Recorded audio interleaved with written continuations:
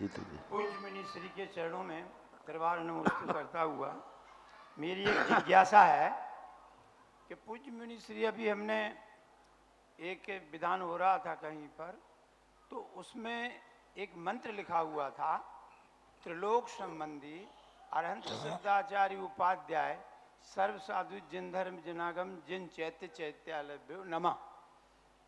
तो मुझे इसमें आई कि त्रिलोक संबंधी, तीन लोक, माने नरकों में तो आचार्य उपाध्याय साधु रहते ही नहीं है, तो वो त्रिलोक संबंधी मंत्र कैसे बन जाएगा? स्वर्ग में भी नहीं पाए जाते हैं। तो मंत्र बनाया त्रिलोक संबंधी अरहंत सिद्धाचार्य उपाध्याय साधु जिन धर्म जिनागम जय चैत्यालभ्यो नमः। तो ये मंत्र कहाँ तक उचित? पूज्यवर पूज्यपाद स्वामी महाराज ने एक वंदना की है, भूता अनागत वर्तमान समये तेभ्यो जनेभ्यो नमः। यानी जो नरकों में पड़े हैं उनको भावी पर्याय की अपेक्षा से उनकी भी वंदना की जाती है।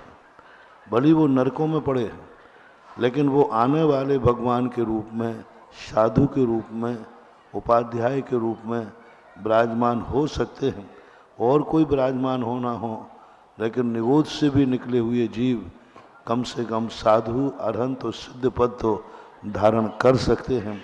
इसलिए त्रिलोक संबंधी, तीन लोक संबंधी जब भी पूजा होती है, एक और आपके यहाँ त्रिलोक मंडल विधान मिलता है। काल संबंधी तो बन सकता है। हाँ, तो वो त्रिलोक त्रिलोक संबंधी यही बनाते भावी प्रज्ञापन नए की अपेक्षा से कि वो आगे तीर्थंकर भगवान बनेंगे। इसलिए क्योंकि त्रिलोक तिलक मंडल विधान है, तीन लोक मंडल विधान, उसको तीन लोक मंडल भी कहते हैं। तीन लोक मंडल विधान है।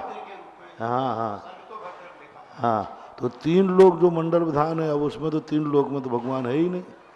तो वहाँ भी उन्होंने यही कहा कि भावी पर्यायों की अपेक्षा से वे भी वंदनीय हैं, ये हो सकता है।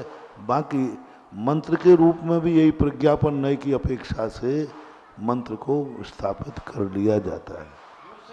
दूसरी जिज्ञासा ये महाराज जी कि हमारे यहाँ जो छात्र और कायदा से आचार्य उपाध्याय साधु तो 2.5 द्वीप से बाहर है ही नहीं।